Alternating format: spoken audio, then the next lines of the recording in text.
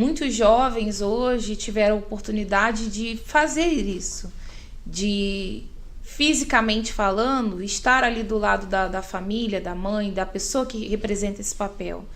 Mas, de repente, você está aí alimentando uma mágoa, um pensamento ruim acerca dessa pessoa, um sentimento ruim, não sabe como se livrar. Isso tem te feito mal.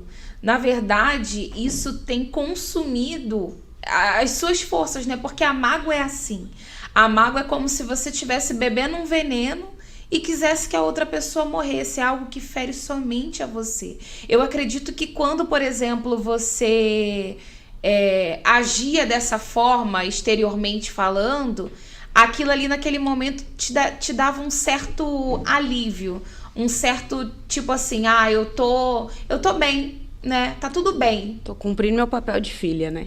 Tô cumprindo meu papel, tô fazendo a minha parte. Sim. Mas em qual momento você percebia que aquilo ali não era verdadeiro? Então, quando a bomba estourava, em sentidos assim, da minha adolescência, que eu fui crescendo, e aí minha mãe foi recuperando, né, melhorando, e aí ela queria fazer o papel de mãe. Só que aí, nessa altura, eu já não aceitava mais. Porque pra mim, assim, você não teve presente aqui, agora você quer dar bronca? Também não aceito. Então veio a rebeldia.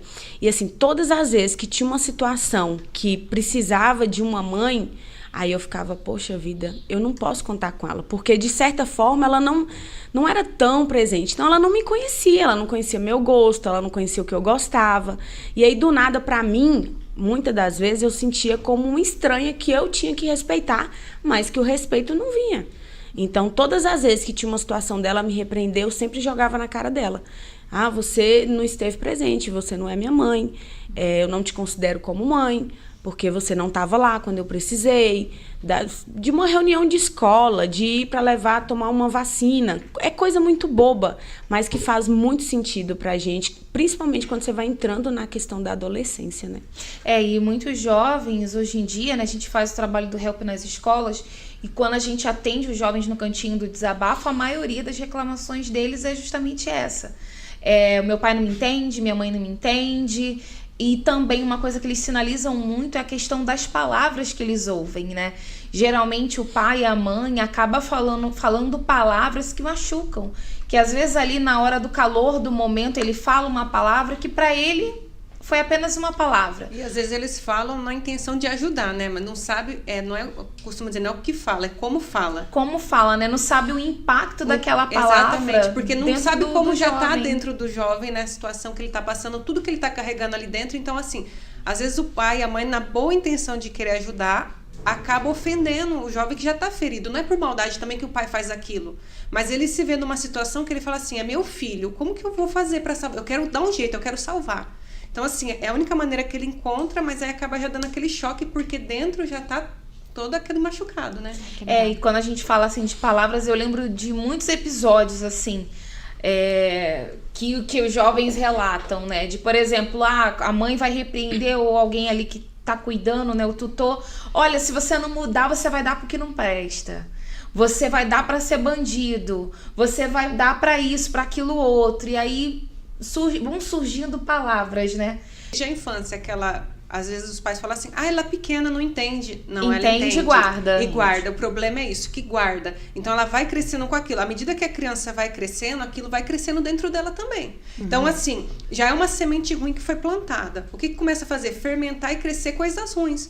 Então, qualquer outra coisinha que acontece, ela já liga aquela palavra que ela ouviu quando ela era pequenininha. Então, aquela rejeição, aquele sentimento, ainda que não fosse tudo aquilo que a mãe quis dizer, mas ali dentro foi crescendo, crescendo. É um abraço que deu no irmão e não deu nela. Uhum. É um presente que um ganhou e o outro ganhou inferior. Aos olhos da criança, inferior, do meu irmão foi melhor. Então tudo isso vai... mas por quê? Porque lá quando eu era criança, ela falou que não era pra eu ter nascido. Uhum. Mas às vezes não foi isso que a mãe quis dizer. Uhum. Que não foi uma gravidez planejada, mas não que ela se arrependeu do filho. Mas às vezes a criança já entendeu daquela outra maneira e foi crescendo e formando aquela opinião dentro dela. E ainda mais quando é criança, né? A criança não entende os sentimentos. Então é por isso que vai se tornando jovem, adolescente, cresce com essa revolta. Sim, leva a palavra no pé da letra, né? Porque assim, você quando era criança, você aconteceu as situações que deixou você triste com a sua mãe. Só que você não entendia muito bem o porquê, ela não tá presente e tal. Mas quando você foi se tornando adolescente, aquilo foi aumentando. Então você foi reagindo de acordo com uma... Por mais que ela tivesse consciência, poxa, minha mãe ficou doente, mas tipo assim, dentro dela já tinha enraizado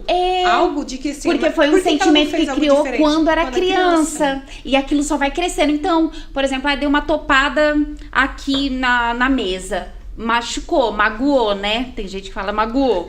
Mas às vezes não doeu. Mas daqui a pouco vai começar a doer. Ai, o que aconteceu? Ai, não sei. Tem um roxo, vai tendo as consequências daquela topada que no momento eu não me importei, né? Então é por isso que às vezes tem você aí, você tem raiva do seu pai, raiva da sua mãe, tem raiva de todo mundo e às vezes você nem sabe o porquê. Você não sabe, você só sabe que você tem. Mas são coisas que aconteceram na sua vida que te traumatizou e você tem guardado até hoje. E é por isso que você tem tido reações ruins, né?